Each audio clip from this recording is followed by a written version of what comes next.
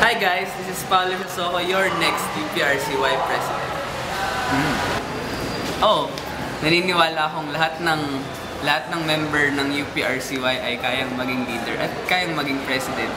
Kasi ang kailangan mo lang naman para maging leader ng RCY ay yung will to serve, yung passion to serve, at syempre, maging align yung principles mo sa principles na gustong tahakin ng organization in the future.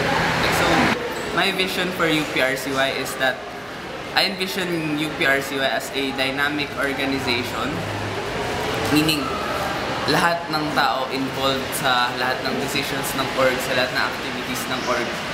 But at the same time, we all strive for one goal, for a unified goal, which is to help humanity in any way possible.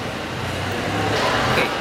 So the worst fault a leader can have is for him or her to lose trust in his constituents. Parang, yun kasi yung pinaka-important thing sa pagiging leader, yung pagtitiwala mo sa mga taong under you. So, thank you, Paolo.